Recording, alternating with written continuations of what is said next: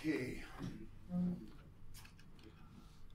What we want to do today is talk a little bit about what goes on in the background when we see our browser putting up that message that says establishing secure connection and puts that little lock over here, a little lock icon over here.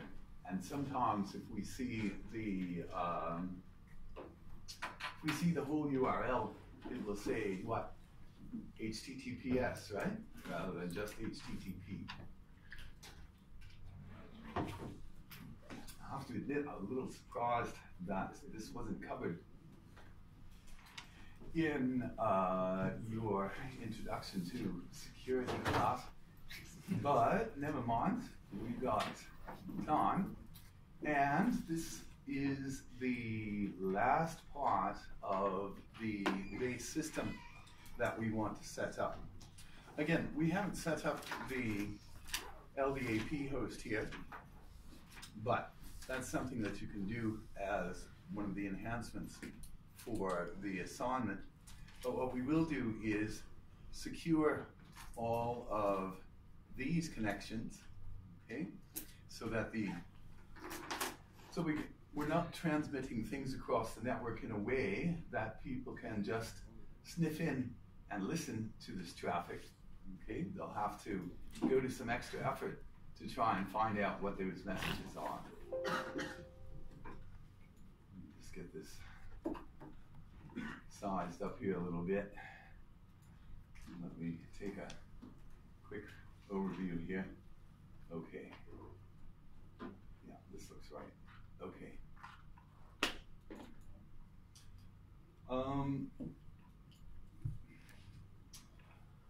The ISO, the International Standards Organization, came up with standards that they called symmetrically OSI for the Open Systems Interconnection. Okay, and that's actually what we're always talking about when we talk about layer 3 and layer 4 and layer 2 is the Open Systems Interconnection Protocol model. And they also came up with the network management model they call FCAPS, which is fault, configuration, accounting, performance, and security management. Okay? Now, we'll go into that probably a little bit deeper down toward the end of the semester, but it's not quite the, we won't give it quite the focus that we give it in the APU counterpart to Systems and Network Administration, because our focus here from starting next week is just a little bit different than that. But we need to think about secure systems, okay? A security policy that defines what needs to be protected in terms of what kind of data that we're storing or what kind of data we're moving across the network, okay? The level of protection, is it really highly sensitive? Do we want nobody to take a look at it? Or is it pretty generic information that's essentially public that we don't really mind anybody seeing? Okay.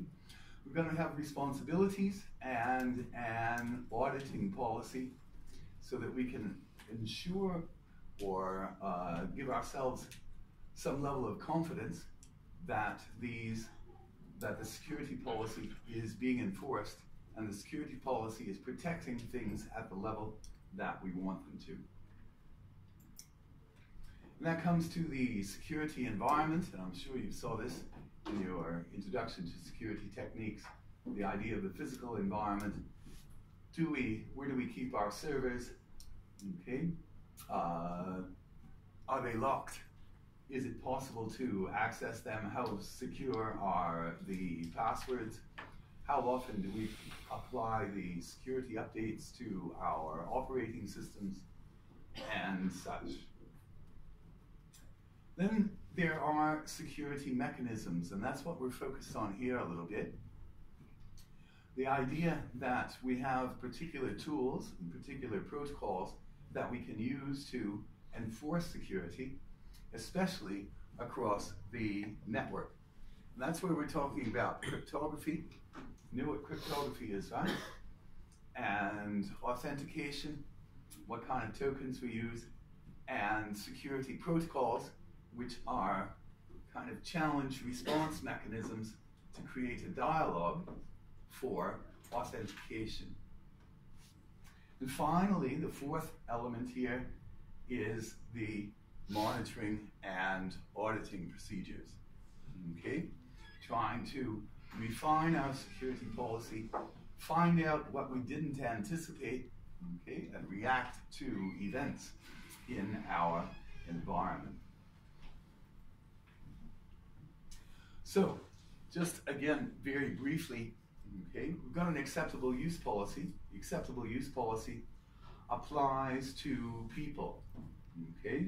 Access, accountability, authentication, privacy, and the technology policy for purchasing, configuring, and auditing the systems that we put into place. If you look around on the APU website, I'm sure that no one has, but the acceptable use policy for APU is there, and it covers all of these areas, especially for the computers that the organization provides in the labs.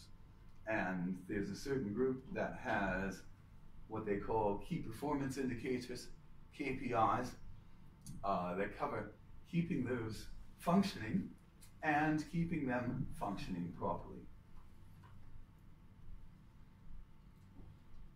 We're interested in a broad sense in the security policy, okay? What information is to be protected and from whom it is to be protected. We always want to protect our website from people who are going to deface it, for example, but we're not too concerned about people accessing the information that's there. On the other hand, our accounting information, human resources information, we've got to control that much more tightly, right? So, security mechanisms implement aspects of the security policy, and we try to monitor their effectiveness. We have to have some kind of audit trail. Usually that's going to be our log files, okay?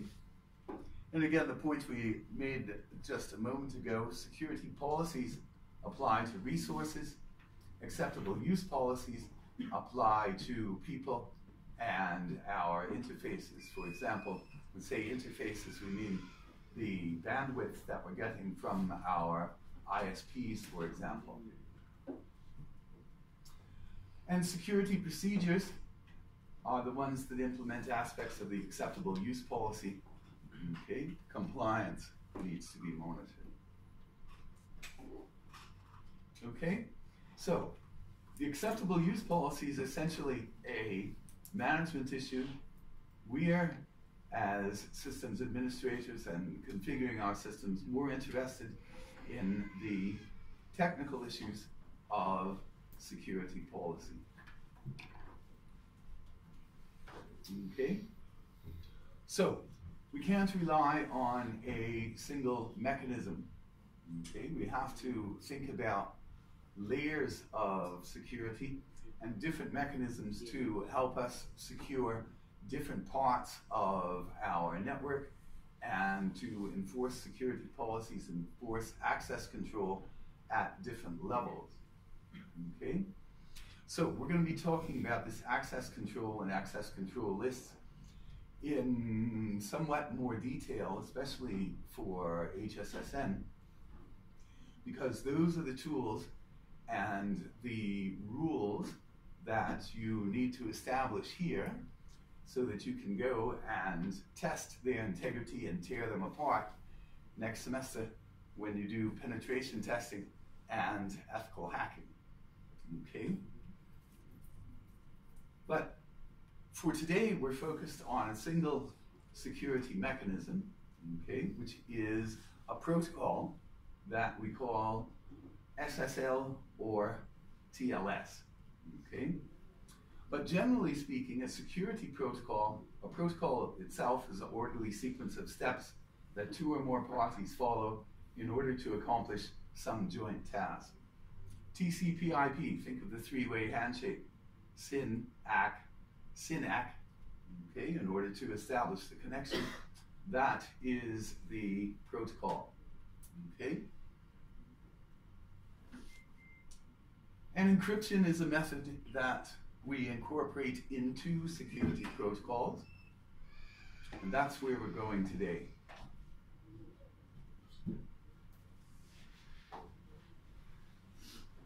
Okay, so back in 1995 or so, people started saying, okay, I want to do electronic commerce. I want to make electronic payments across the internet. How are we going to protect the integrity of these messages that pass across these payments, given that the internet is open access, anybody could intercept this message and potentially modify it, change 100 to 1,000, or change 1,000 to 100, or divert it from one destination to another destination, okay? And message senders can be impersonated. We saw how easy that is with electronic mail, right? Just telnet into the server, type the proper magic words of the protocol, and we can send as much email as we like from anybody as anybody. So, again, this is the basics of encryption.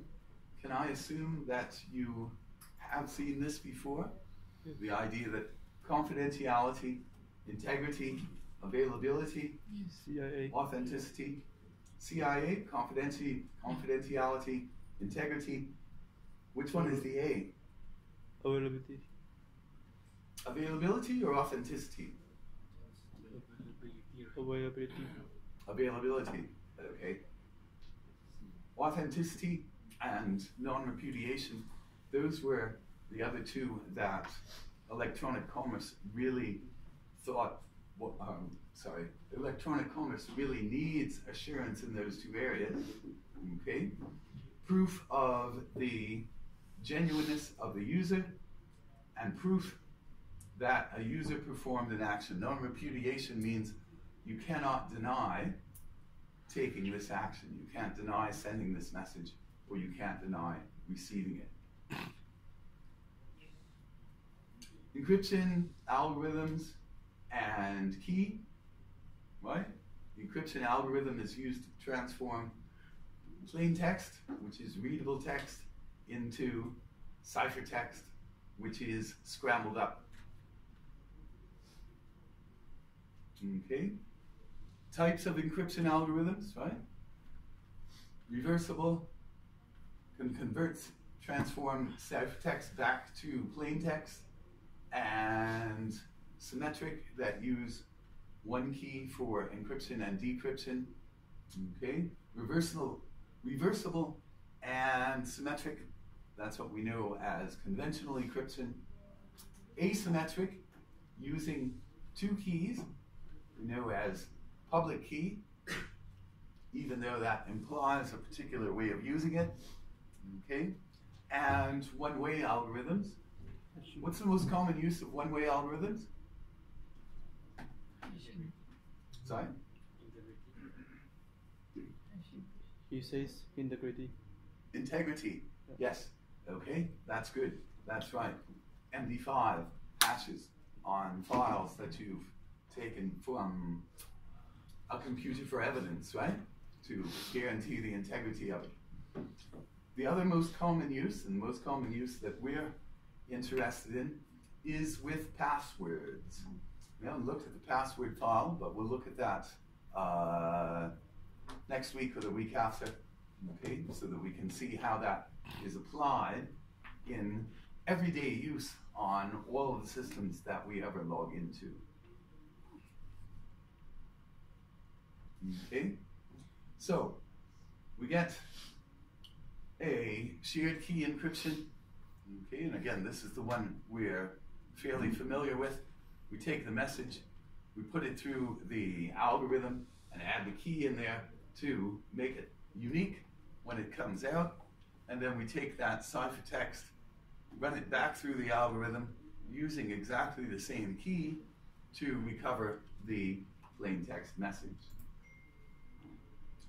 Public key and private key, okay, this is actually a key pair. Okay, so when you generate these keys, you don't know which one is public and which one is private. They're equal partners.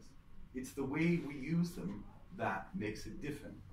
Okay, we take the public key and we give it to anybody that asks for it. Okay, and then the private key we keep secret and secure. Okay. Now this is a characteristic that I think a lot of people don't quite grasp when they're talking about public key encryption, is that what one key does, the other one can undo. They are equal partners in the pair. Okay. Either key can be used to encrypt, and then the other one can be used to decrypt it. Okay. But you can't decode the message with the same key that encoded it. Okay? And knowledge of one key does not allow the other to be deduced. This was a huge, huge step forward in mathematics when it was discovered in the late 70s. Okay? And now we've got a few public key encryption algorithms, and the cutting edge of cryptography now is working on 3-part and 4-part key algorithms like this, so that you can encode a message with one key, but it takes 2 of the others to decrypt it. It's really cutting edge stuff in mathematics, far beyond my capabilities, but it's interesting line of research. So what happens is, if we use the public key to encrypt a message, then the only one who can unencrypt that message is the private key, right? Which is kept secret and secure. So encrypting with the public key becomes a private message that can only be read by one party. A guaranteed or assured message is what we were talking about before, is guaranteeing the authenticity or the integrity. If I encrypt something with my private key, anybody in the world can unencrypt it. So it's not about keeping a secret, it's about this authenticity and non-repudiation, right? If I've got a message that's encrypted with my public key and somebody can decrypt it, if I have a message that I have encrypted with my private key and anybody else can decrypt it with the public key, then I cannot deny creating that message. Okay? It's authentic, it's me, and has the property of non-repudiation. If I'm keeping my private key secret and secure like I'm supposed to, nobody else could have used it. It had to be me.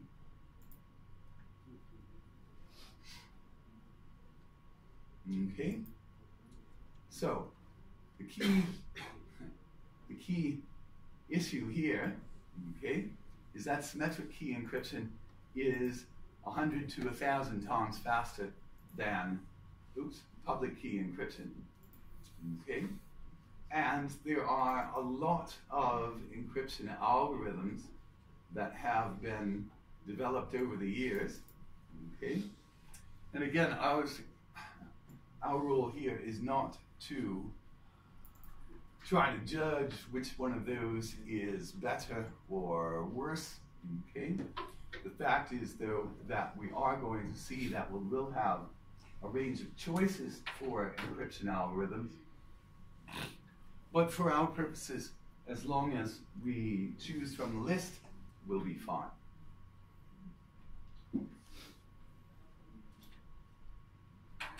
Again, I think you should be familiar with this one already, okay? The idea of a one-way algorithm creating a message digest or a fingerprint, okay, which cannot ever be reversed. It's a property of the hash algorithm that the same message will come out with two different hashes, okay, and you can never deduce what the plain text is from the ciphertext. That's what makes good hash algorithms. And a small change in the plain text produces a big change in the ciphertext. And the way we use it is that each time we get a new plain text message, we compare it, we run it through the hash algorithm and compare it to the trusted stored copy. And I know you went through this with in FTT, right? Doing your hashes on your files that you're using as evidence and using that comparison to prove their authenticity. Same thing happens every time you log into any system. It's the way standard password systems work. You type in your plain text password, it's run through the hash algorithm and compared to a trusted stored copy that was created the very first time you logged in with your password twice. Oops. Yeah, we'll look at this in the lab later, okay? But this is a simple one, okay?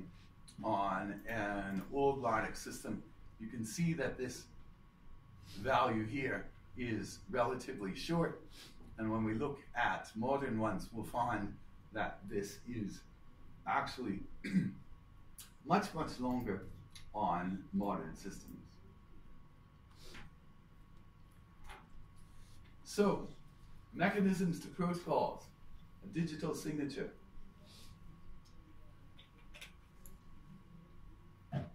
We create a message, we generate the message digest, we encrypt the message digest with a private key, and then we attach that message digest as a digital signature to our original message.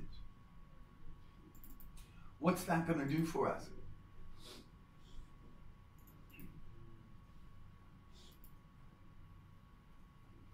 Okay, when I create the message digest out of the plain text, okay, it guarantees that if one bit of that plain text has changed, the new message digest that's created on the receiver's end is not going to match the original one. The second thing is I encrypt the message digest with my private key. What does that mean? Encrypted. Anybody can unencrypt it with the public key, right? So that means it's definitely from me. I cannot deny creating this message, and the message digest guarantees that not one bit of that message has changed. Okay, so we have integrity and non-reputability or authenticity. Okay. So this was the first step, okay, and the first practical application of public key encryption over the internet was to create digital signatures so that we could send messages around, and this would guarantee that even if a payment message was intercepted, okay, it would have to be a fairly complicated process in order to change that or fake it. Okay, so the encrypted message digest is the digital signature, and the message can be plain text or it could be encrypted depending on the purposes and the security policy and the type of information we have and what we're trying to protect.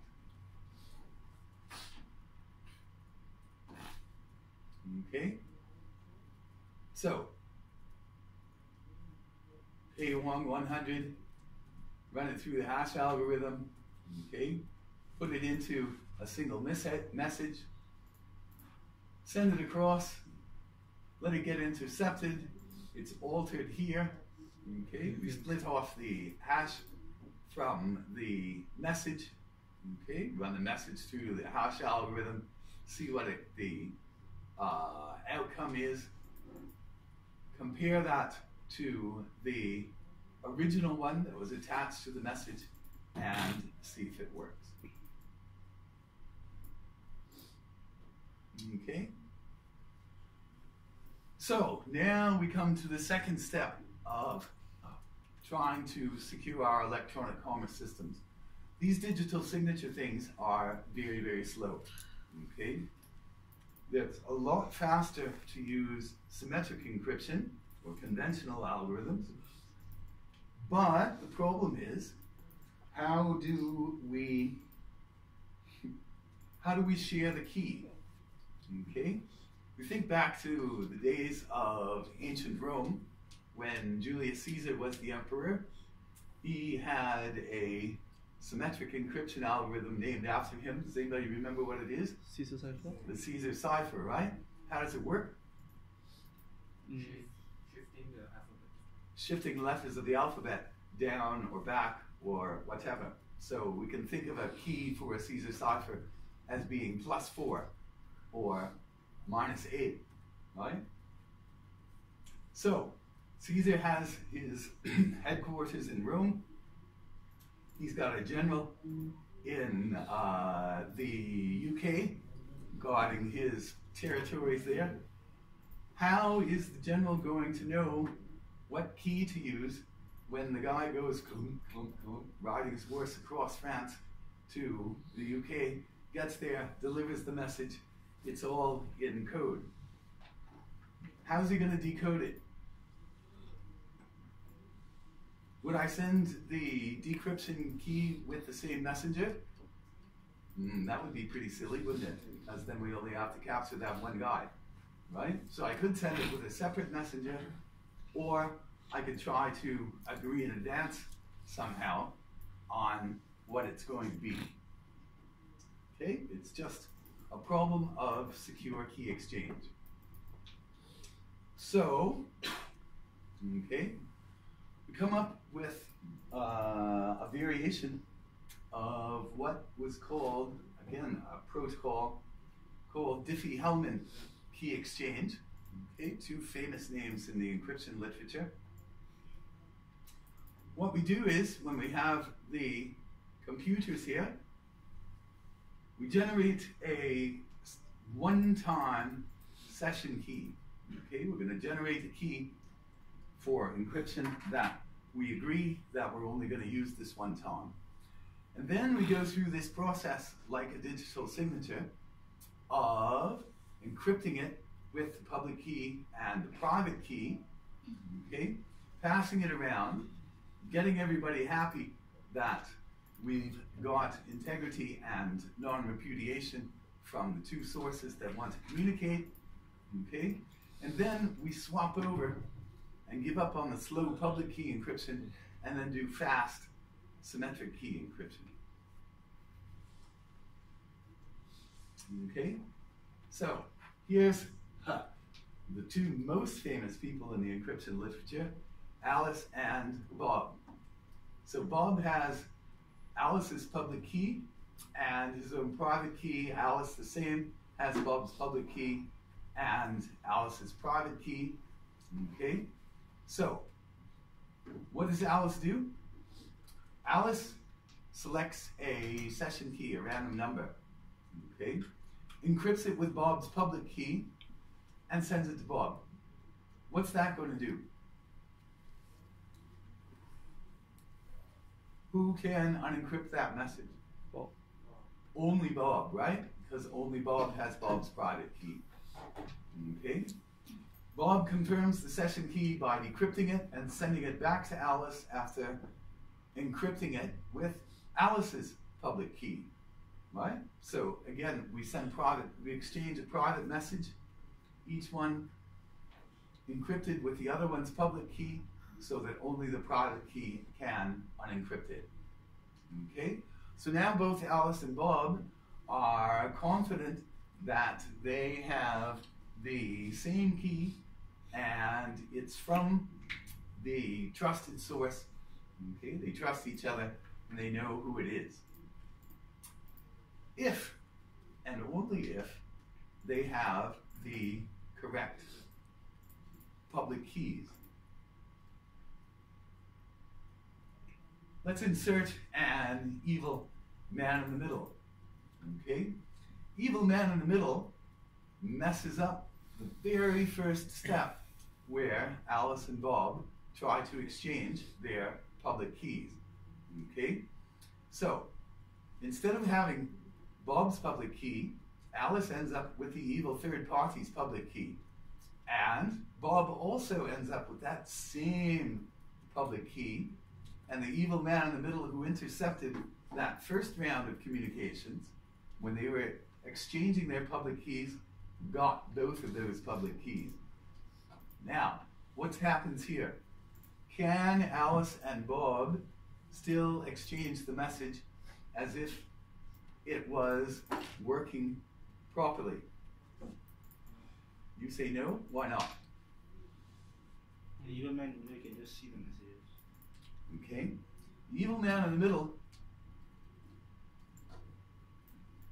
has to intercept all of the messages, okay, because only Alice's private key is going to unencrypt things done with Alice's public key.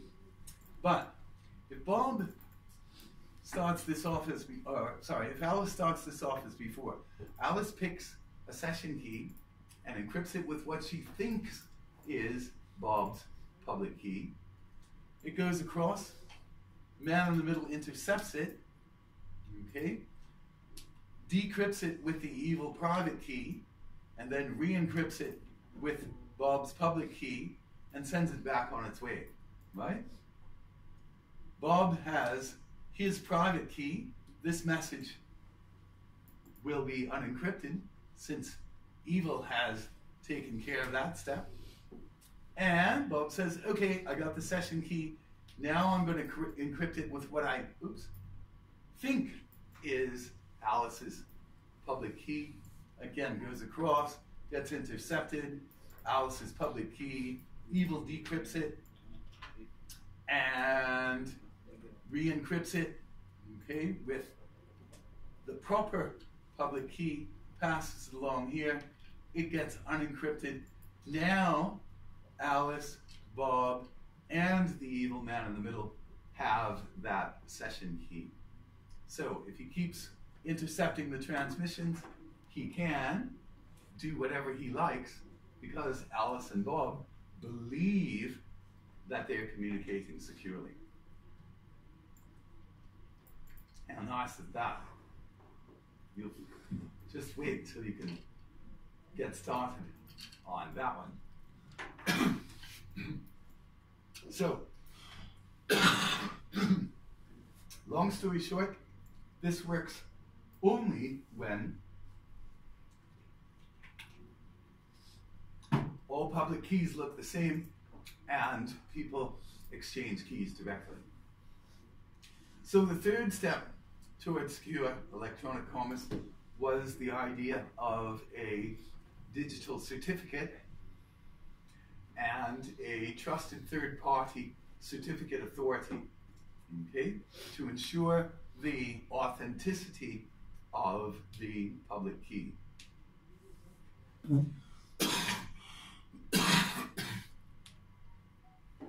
Okay, so the idea is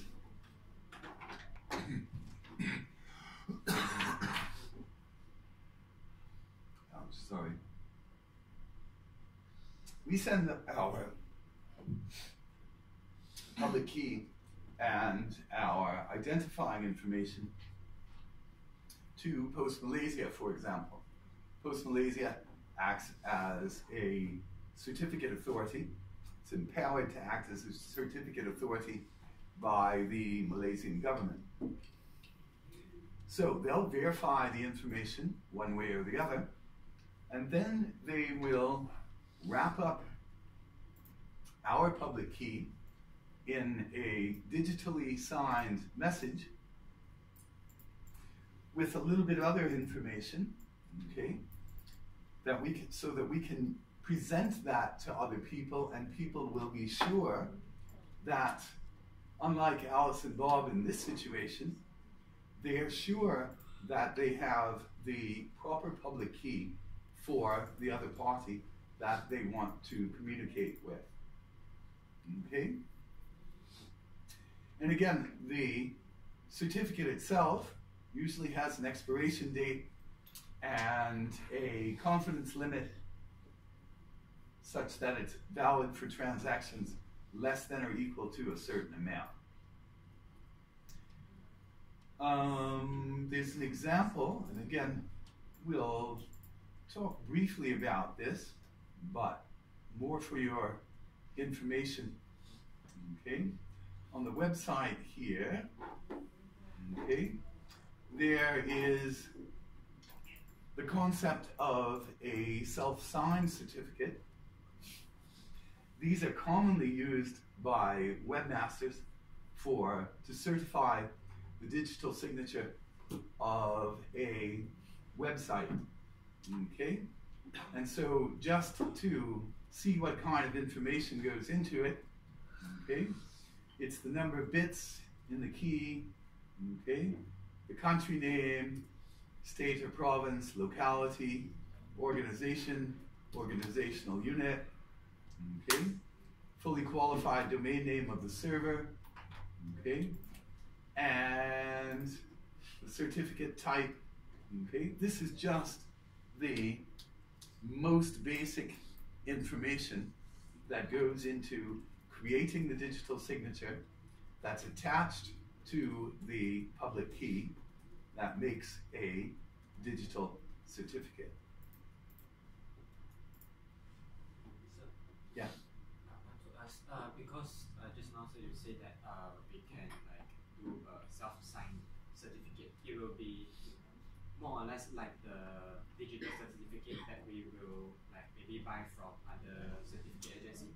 Yep, that's right. And then will it like in terms of security, will it be less secure compared with the digital certificate that we bought from others? a self-signed certificate is inherently less secure or less trustworthy. It's not less secure, it's less trustworthy than having someone else sign your certificate. Okay? And I'm just looking in here to see where this goes in Chrome. Oh, right, that'll be show advanced settings. There we go. Web services, passwords, network. There we go. Okay. SSL. So HTTPS, SSL, managed certificates. There's the personal ones. Okay. Other people. And now we've got the other complication, is this intermediate certification authority or the trusted root certifications. Okay? The idea here is that there's a chain, we can have a chain of trust, or what they call a web of trust. Okay? So let's go back, let's go back to your question there. Okay? Let's say I have other people, okay, and personal certificate. If I have a self-signed certificate, okay, it might be signed by a friend. Okay, so here is a GoDaddy secure certificate or Microsoft Windows hardware driver verification, okay, or VeriSign client and server authentication. I'm looking for a better one here.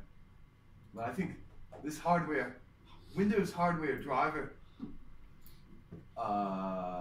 verification is the best one. Okay? The intended purpose is to certify your applications, right? So when you see that message that pops up that says this one is from an untrusted source, okay, it means that Microsoft has not used their signing authority to sign the digital certificate or to sign the code that came with this application. Okay? So Microsoft Windows might have any number of purposes, okay? But the Microsoft root authority is the one that issues that certificate. So we can follow this chain of certificates up the hierarchy, just like we follow with DNS, right? DNS has a dot, and then there's COM, and then COM issues a whole bunch of domain names, and then the people in those domain names issue a whole bunch of subdomains, and on and on and on. Okay? Same principle is at work here. Okay? So, intermediate and trusted root certification authorities. Okay? But basically, yes, what we do really want is to have the root authority signing one certificate, and then somebody who has their certificate signed by the root authority can sign another certificate, and that other certificate can be used to sign ours, and we'll have a chain of trust, okay, to ensure that, again, we're not in the situation that poor Alice and Bob are here, okay, where they think they have the right public key, but they actually do.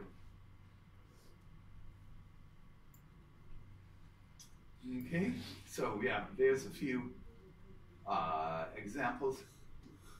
Okay, and again, basically it's just generating a digital signature given the subject information, the public key value, and some information about the certificate authority.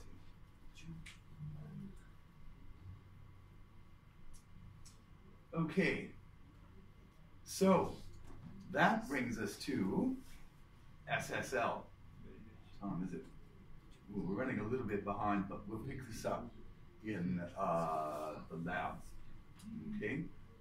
Now, SSL has two names because SSL was originally introduced by Netscape, what we now know as Mozilla, in 1995 or so. And they called it SSL, and it was their proprietary protocol. But after a decade or so, they decided to turn it over and make it public domain, or make the Internet Engineering Task Force the custodian of SSL and its further use and development. And that's when the IETF renamed it TLS, Transport Layer Security. Okay? TLS is something that we see in documentation. Everybody else still calls it SSL. Okay? So SSL happens after, well, before TCP as it's going down the stack, or after TCP as it's coming up. It gets encrypted as it goes down, and it gets unencrypted as it goes back up. Okay, so the application always gets a plain text message. So, again, the process is what we just have worked our way up to. The client requests a secure session and sends a random challenge string, just a big random number. Okay. The website sends a certificate with its public key. The client checks the certificate if it wants to. The client sends its certificate from that bank that we saw built into the browser. Okay, the browser is going to have its own certificate, or we can have a separate one. Sends its certificate plus the session key and the signed connection ID. Okay. The server does what Bob did before. It unencrypts it, verifies it, re-encrypts it with a public key, and sends it back. Okay? Once everybody's happy with that, they just start using the session key to communicate. Now, if that sounds complicated, it is, but it happens all the time. Every time we establish a secure connection, this is the process that the browser and the web server are going through. Okay? This diagram is basically the same, just a little bit different in its level of detail. Okay? The algorithms I support and my random number, okay, they agree on the encryption algorithms to use, and they exchange their digital certificates. Okay? They compute their secret key, which is going to be the session key. This isn't working.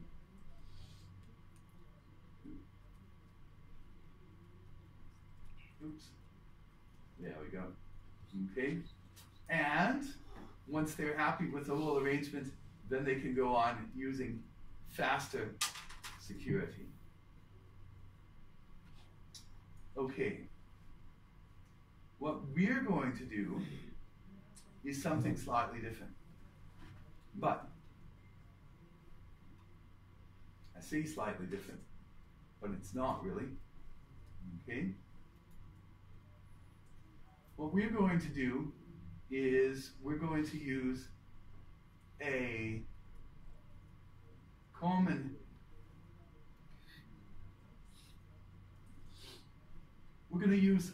utility to secure the communications between these servers. Now remember, this only encrypts the data while it's in transit, which means that it only protects it from eavesdropping. If we still wanted to protect our customer database, for example, or our plans, our company financial forecasts, or our new design blueprints, what do we have to do? We'd have to fix up our database to encrypt it, or maybe use an encrypted file system or something like that in order to protect that. This only protects the data in transit. But the curious thing here is postfix can run SSL by itself. LDAP can run SSL by itself. Monkey web server is too simple, but any civilized web server would also be able to run SSL by itself, which means that we would have to go through 3 sets of documentation, using 3 sets of instructions, using all of our brains to set these up individually. We're not going to do that. We're going to use one single utility, okay, and just make a couple of little configuration changes so that we can use the same configuration and the same certificates, whether we're sending mail or whether we're trying to access web pages or whether we're trying to access the directory of people in our organization. We use a little trick that we call port forwarding and a lovely little utility that's called STunnel in order to manage this encrypted communication and keep Alice and Bob safe. We're going to use self-signed certificates, but once you have a self-signed certificate, it's easy to get somebody else to sign. Okay, so that's what we're going to do in the lab on Wednesday. Yep, and that's going to be the last step for the base system for the assignment. So after that, we're going to start focusing a little bit more. You're going to have a bit more freedom about what you're being asked to explore and the avenues to explore. And that's going to kind of shift our perspective for the second half of the semester. But fortunately, next week's semester break for this group, right? Hey. Everybody needs semester break.